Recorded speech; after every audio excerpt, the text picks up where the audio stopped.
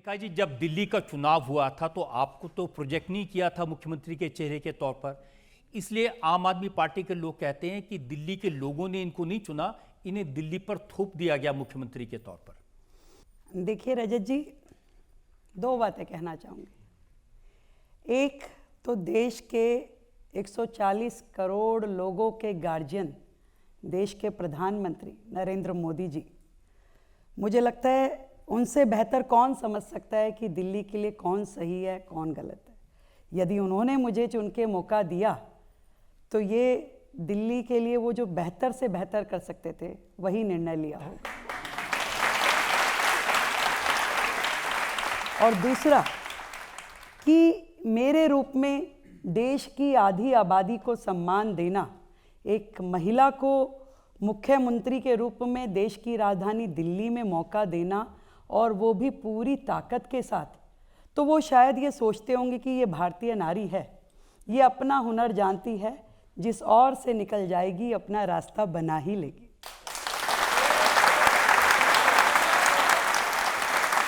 लेकिन लोगों में भी उत्सुकता है जानने की।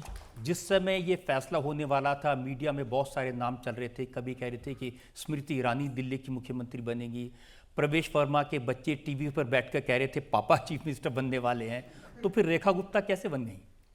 मैं तो यही कह सकती हूँ, ये भारतीय जनता पार्टी की एक बहुत बड़ी खासियत है कि जो ग्रास रूट लेवल के भी किसी व्यक्ति को, एक साधारण पृष्ठभूमि से आए हुए किसी नेता को, अपने बहुत ही ट्रेंड किए हुए कार्यकर्ता को भी ऐसा मौका देकर के उस पर विश्वास कर सके कि वो राज्य की बागडोर और जनता के हित में कार्य कर पाएगा।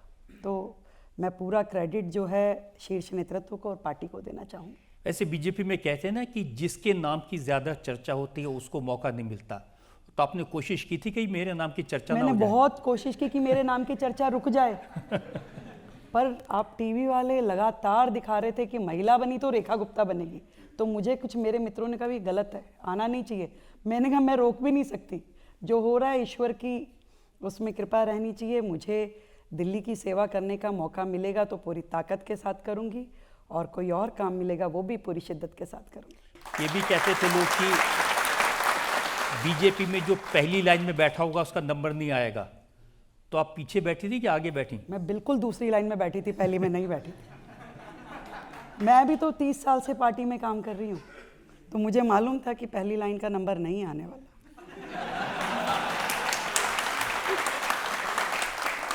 आप फर्स्ट टाइम एमएलए हैं, प्रशासन का कोई अनुभव नहीं है और इतनी बड़ी जिम्मेदारी है, तो कभी डर लगा, कभी रात को नींद नहीं आई कि ये क्या जिम्मेदारी मुझे मिली? डर भी लगा, नींद भी रातों की चली गई है। पहले बनने से पहले तो मुझे, जब आप जैसे मेरे किसी गार्जियन से मैं बात करी थी, मैंने बड़ी घबराहट हो रही थी, तो कहे भाई क्या हुआ? मैंने कहा भी डर लग रहा है। कह रहे डर क्यों लग रहा है? कोई बात नहीं, जो होगा ठीक होगा। मैं कहा नहीं, वो बात नहीं है। कि फिर कि भाई मैं ये सोच रही हूँ कि अगर मैं कुछ नहीं बनी, विधायक के नाते काम करूँगी तो ठीक रहेगा, मंत्री बना के भी पार्टी ने दे दिया काम तो भी बेहतर है, पर अगर मुख्यमंत्री बन गई तो कैसे करूँगी भाई? तो वो भय पहले कुछ दिन रहा। उसके बाद ये समझ में आया कि आप अकेले नहीं हैं, आपके साथ आपका नेतृत्व है, आपके साथी हैं, आपके विधायक है, आपका मंत्रिमंडल है और इतना बड़ा प्रशासन है, जो सब लोग मिलकर के, केवल आपकी नीति और नियत, दो चीज़ें साफ होनी चाहिए, स्पष्ट होनी चाहिए। उसके बाद तो ये कारवां है, जब मिल करके चलेंगे तो दिल्ली के हित में काम करेंगे ही करेंगे। देखिए, 27 साल भारतीय जनता पार्टी को इंतजार करना पड़ा, दिल्ली में अपनी सरकार बने, ये टीस होती थी, 7 एमपी जीत जाते थे लेकिन दिल्ली हार जाते थे। अब ये और बताइए कि मुख्यमंत्री बनने से पहले मोदी जी को आप कितनी बार मिली थी? मोदी जी को मैं सैकड़ों बार मिली, एक कार्यकर्ता के रूप में, एक नेता के रूप में, पार्षद के रूप में, संगठन की दायित्ववान कार्यकर्ता के रूप में। मैं मोदी जी को पूरा जानती थी, पर मोदी जी मुझे कितना जानते थे ये मुझे नहीं पता था।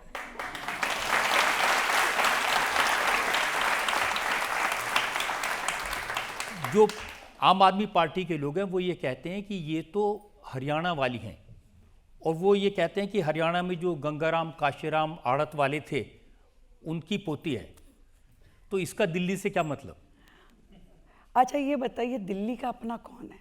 और सब दिल्ली के हैं। दिल्ली तो एक मिनी इंडिया है, भारत की एक ऐसी पिक्चर है जिसमें जम्मू कश्मीर से लेके कन्याकुमारी तक का हर व्यक्ति है, और यहाँ तक कि गुजरात से लेके और नॉर्थ ईस्ट तक हर राज्य के लोग दिल्ली में अपने हजारों सपने सजो के आए, और वर्षों से 30 साल 40 साल 50 साल से वो लोग यहाँ रह रहे हैं। तो ये मिनी इंडिया एक दिल्ली का अपना स्वरूप है। और भाई वो जो मेरे भाई साहब जो मुझसे पहले थे, जो पहले तो दिल्ली के बेटे थे, फिर वो पंजाब के पुत्र हो गए, और अब वो बिहार के लल्ला होने वाले हैं।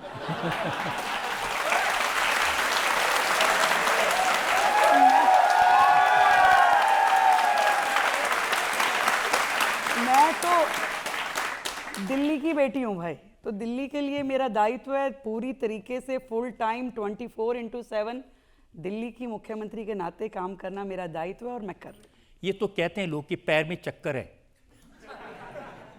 दिन भर घूमती हैं। मैं ये समझती हूँ कि दिल्ली के लोग देश की राजधानी होने के बावजूद भी इतने सालों में इतने ज़्यादा उनकी आशाएं श्रिंक हो गई, सिकुड़ गई, कि आज वो बड़ी बड़ी चीज़ों की उम्मीद नहीं करते। आज उनकी छोटी छोटी इच्छाएं रह गई है। वो कहते हैं मेरे घर के आगे की नाली ठीक होनी चाहिए, मेरा सीवर ओवरफ्लो ना हो, मेरे घर के आगे गड्ढे ना हो। छोटी छोटी इच्छाओं के साथ में दिल्ली ने अपने आप को सिकोड़ लिया, क्योंकि उन्होंने देखा कि जो सत्ता में थे, जो शासन में थे, वो दिल्ली के हित में कुछ कर नहीं रहे थे। तो आज उनकी आशाओं को पंख लगाने के लिए, उनकी उम्मीदों को पूरा करने के लिए मैं समझती हूँ कि दिल्ली को एक फुल टाइम मुख्यमंत्री मिलना, और वो जो इतने सारा बैकलॉग है, 27 साल से जो बैकलॉग पड़ा हुआ है, उस काम को करने के लिए मुझे दिन दूनी रात चौगनी मेहनत करनी पड़ेगी। आप कह रहे हैं वो कुछ कर नहीं रहे थे, वो तो एक बॉटल के साथ एक फ्री दे रहे थे। ये बात तो सही कही आपने। पढ़ी लिखी सरकार के पास में इतना ज़बरदस्त विज़न था कि जो पूरे देश में कहीं नहीं हुआ, वो उन्होंने किया। वो उन्होंने कहा कि जी हम पानी फ्री देंगे, बिजली फ्री देंगे, और बोतल के साथ बोतल फ्री देंगे। तो जनता खुश थी, इसीलिए 2-2 बार जिताया उन्होंने। तो उसके बाद जनता को समझ में आया कि भाई इससे तो गुजारा नहीं होगा, आपको इंफ्रास्ट्रक्चर भी चाहिए, आपको शिक्षा भी चाहिए, आपको हेल्थ भी चाहिए, दिल्ली को तरक्की भी चाहिए। दिल्ली को नशे में डुबोने वाली सरकार उन्हें नहीं चाहिए थी, और इसीलिए जनता ने नाराज़ होकर उनको यहाँ से विदा किया। दिल्ली की जनता आपकी सरकार के बारे में क्या सोचती है? 1-2 सवाल हम पब्लिक में से ले सकते हैं। दिल्ली की पूर्व मुख्यमंत्री आतिशी जी ने आप पे आरोप लगाया है कि जब से आपकी सरकार बनी है, सरकार आप नहीं आपके पति चला रहे हैं। पहली बात तो मैं इस सामाजिक क्षेत्र में पिछले 32-33 साल से काम करती हूँ। 3 बार निगम पार्षद, 3 बार विधायक का चुनाव, 2 बार दिल्ली विश्वविद्यालय छात्र संघ। मेरे काम को कोई और करे, मुझे ऐसी ज़रूरत नहीं है। पर हाँ, मेरे साथ में मेरी टीम के रूप में हजारों कार्यकर्ता जुड़ करके काम करते हैं। आज वो पार्टी के लोग भी हैं, आज वो RWA के लोग भी हैं, आज वो परिवार के लोग भी हैं। तो भाई परिवार का सदस्य होना ये तो नहीं कहता कि आप सहयोग नहीं कर सकते। तो जैसे हजारों कार्यकर्ता मेरे साथ जुड़े हैं, ऐसे ही मेरे परिवार के सदस्य भी मेरे साथ जुड़े हैं, और मिलकर काम करते हैं। रेखा जी, ये सही है कि जिस समय शादी हुई थी उसके बाद में कुछ समय के लिए आप पब्लिक लाइफ छोड़ के घर बैठ गई थी, परिवार की जिम्मेदारी?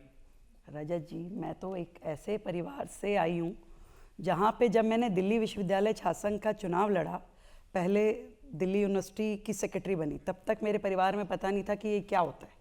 जब प्रेसिडेंट बनने के लिए पार्टी ने कहा कि चुनाव लड़ना है, तो मेरी माँ ने कहा अरे भाई, ये राजनीति बनियों के बच्चों का काम तो बिल्कुल नहीं है, और लड़कियाँ तो बिल्कुल इसके लिए अलाउड नहीं है। और उसी तरीके से जब शादी हुई तो वहाँ पे भी लगभग ऐसी ही मानसिकता थी कि भाई ठीक है, सीधा साधा जीवन हो, अपने घर गृहस्थी संभालो। तो ये पार्टी, भारतीय जनता पार्टी का ही मैं समझती हूँ कि एक नेतृत्व था कि उन्होंने ऐसी लड़की जो कि अच्छा काम कर सकती थी समाज में जुड़ के, उन्होंने मुझे वहाँ से खोजा, मेरी उंगली पकड़ी, पार्टी में लेके आई, काम दिया, और धीरे धीरे इतना नरिश किया कि वो अंकुरित बीज आज एक वृक्ष की शेप में आ गया, और अपनी छाँव से हजारों लोगों की मदद रोजाना कर पा रहा है। अब मैंने सुना है कि आप देश में जहाँ भी जाती हैं वहाँ महिलाएं ज़रूर आपके पास आती हैं और उनको लगता है कि हाँ, इनसे इंस्पायर हो सकते हैं। देश की आधी आबादी, आप ये देखिए बहनें बैठी हैं, आज उन सबको जरूर ऐसा लगता होगा कि रेखा गुप्ता मुख्यमंत्री नहीं बनी, उन्हें लगता है कि हम मुख्यमंत्री बने।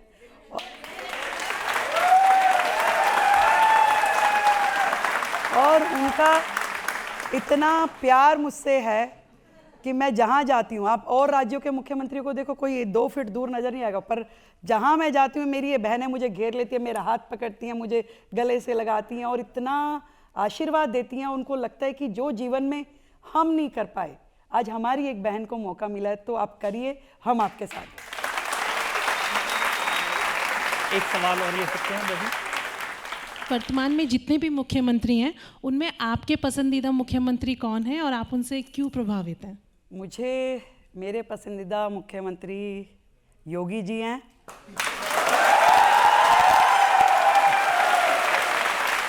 और